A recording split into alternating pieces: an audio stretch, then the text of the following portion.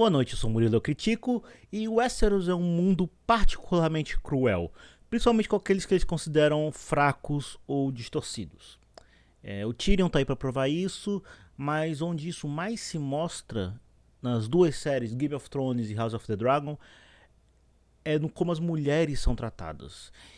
E, bom, quando a gente fala de cenas épicas em House of the Dragon ou em Game of Thrones, a gente imagina logo as grandes mortes, esses momentos explosivos e narrativamente grandes, mas eu acho que vale a pena falar sobre esses pequenos momentinhos, esses momentos calmos em que a paixão de um roteirista se mostra. E tem um momentinho desse na segunda temporada de House of the Dragon. Mas para eu mostrar como esse momento é importante, eu tenho que falar, afinal de contas, sobre como esse mundo lida com as pessoas. Vem comigo. Na na série original de Game of Thrones, antes da Daenerys se tornar a rainha, a Khaleesi que nós conhecemos, antes dela se tornar a mãe dos dragões, ela é uma Targaryen rejeitada, ela é uma Targaryen que tem que se esconder em vários lugares para não ser morta. Ela é filha de uma dinastia decadente. Decadente não, ela é filha de uma dinastia destruída. E ela tem um irmão, o Viserys. E o Viserys, toda vez que ele aparece, ele se diz o dragão. Ele diz que ele é o rei e que ele é o grande senhor e aquele que merece dominar o mundo. Obviamente não é, porque ele não sabe jogar o jogo dos tronos. E aí eu notei que o Westeros a gente tem essa constante. Homens ruins e despreparados são constantemente colocados em lugar de poder. O Viserys, só por ter o sobrenome Targaryen, tem a certeza de que ele merece ser o rei. Qual poder ele tem? Nenhum. Ele acha que porque nasceu com um pinto e com cabelo branco, isso já é o suficiente para ele ser um rei. Mas isso não é uma coisa só dos Targaryen. Olha o Joffrey, por exemplo. Ele talvez seja sido o rei mais covarde e incompetente que a gente viu nas duas séries. No entanto, porém, todavia, na cabeça dele, ele ter um sobrenome já é o suficiente para mantê-lo no poder. Enquanto pessoas muito mais preparadas, prontas para o poder, não alcançam. A tragédia de Westeros se baseia, na minha cabeça, na ideia de que quem merece estar no poder não está, e aqueles que não merecem estão lá. E isso se repete em House of the Dragon. Porque a Aegon II é uma criança boba, ignorante, que não merecia o poder que lhe é dado. E é claro que quando ele sobe lá, na cabeça dele, ter o sobrenome dele é o suficiente. Ele não precisa se preocupar com coisas bobas como governar. Enquanto duas das mulheres mais preparadas, duas das pessoas mais prontas para governar, estão aqui tendo que lidar com esses homens com um ego gigantesco. Enquanto a Rhaenyra tem que se cuidar e se preocupar com o Daemon, que está mais preocupado nele ter o poder do que necessariamente dela até o momento,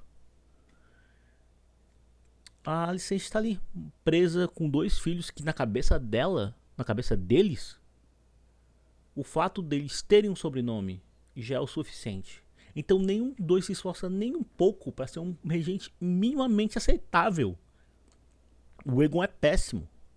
Tanto é que, saca só, durante várias vezes as tragédias de House of the Dragon seriam evitadas se os filhos escutassem suas mães. Simples assim.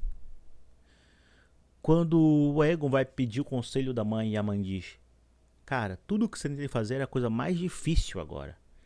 Sentar e deixar que as coisas se resolvam por si mesmas. Deixar que as coisas aconteçam. Porque você é importante demais para se colocar na linha de fogo. Qual é a primeira coisa que ele faz? Levanta, pega o dragão e se põe, claro, na linha de fogo. E aí é onde chega a cena épica. A maior introdução de cena épica que eu já fiz. Tem esse momento em que a Alice está sentada com o pequeno conselho. O filho dela, o Aegon, já tá ferrado por não ter escutado a própria mãe. E aí eles têm que escolher quem, afinal de contas, será o novo regente. A Alicent já foi regente, ela foi uma ótima regente. Só que a gente não tá falando do mundo que merecimento vale alguma coisa, a gente tá falando de Westeros. E então essa roda formada por homens que ou se aproveitaram ou se aproveitam dela, ou ela teve que manter relações escusas para se manter como regente, e agora todos eles sistematicamente rejeitam ela de novo. Criston Cole, o amante, rejeita ela. O Lord Strong, é Strong? Eu esqueci o nome do cara. O Lord Manco.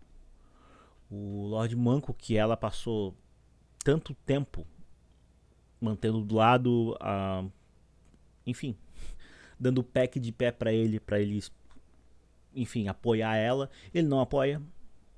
Então, todos os homens a quem ela dedicou tempo e até se humilhou para manter por perto, quando as coisas apertaram, não escolheram ela. Escolheram, claro, um outro homem. Não só um outro homem incompetente. Nessa cena, tá todo mundo sentado conversando. A Alicent levanta e mostra e fala de todos os feitos dela. Como ela foi uma regente excelente e como ela lida e lidou com a política em Westeros. Enquanto o filho Aemond tá lá, quietinho. E então todos os outros do conselho, todos aqueles que usam e se aproveitam e se aproveitaram da Alicent, todos aqueles que ela considerou que estavam do lado dela, dizem, não, você não é boa o suficiente, traga um Aemond. Claro que eles não dizem dessa forma, mas é a única interpretação que sobra. Porque ao invés de escolher alguém que já se provou ser um regente capaz, eles escolhem uma criança com problema de autoestima. Toda a grande tragédia do Aemond, e de certa forma do Aegon, é que eles têm essa arrogância infantil. Eles acham que eles merecem ser reis só porque eles merecem ser reis e pronto. Nenhum deles tem a mínima capacidade. E ela tem. Então ela sentada, a câmera vai se aproximando dela, enquanto os olhos lacrimejam, a respiração dela aumenta e ela nota que o mundo de Game of Thrones, o mundo de House of the Dragon, não é justo com mulheres. E que todos os homens da vida dela, de certa forma, estão buscando uma forma de usá-la. E eu acho que é isso que aproxima as duas rainhas no grande esquema das coisas. Porque tanto a Alicent quanto a Rhaenyra estão nesse lugar onde elas são... onde o mundo as coloca como joguetes na mão de homens tristes, deprimidos, incapazes e pior, cheios de problemas que eles nunca se preocuparam em resolver. O resultado é a tragédia, não tem como. A tragédia da Alicent e da Rhaenyra tá dada. Não só porque eu sei como a história termina, mas porque, assim como a história da Daenerys, assim como a história da Cersei, no mundo de Game of Thrones e no mundo de House of the Dragon, ser mulher não é bom o suficiente.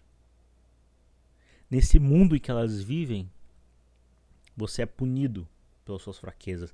E lá, nesse mundo, ser mulher é uma fraqueza.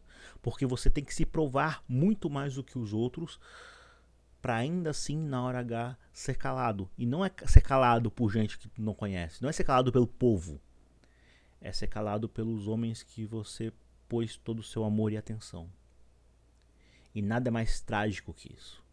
E essa cena da Alicent sentada, olhando pro nada, lacrimejando e respirando, mostra que ela finalmente entendeu a tragédia de Westeros. Esse foi o Murilo Critica, uma cena épica, House of the Dragon, Game of Thrones. Se quiserem que eu comente mais episódios de House of the Dragon e de Game of Thrones, por favor me falem. Eu voltei de viagem, é bom estar de volta falando com vocês. Até a próxima.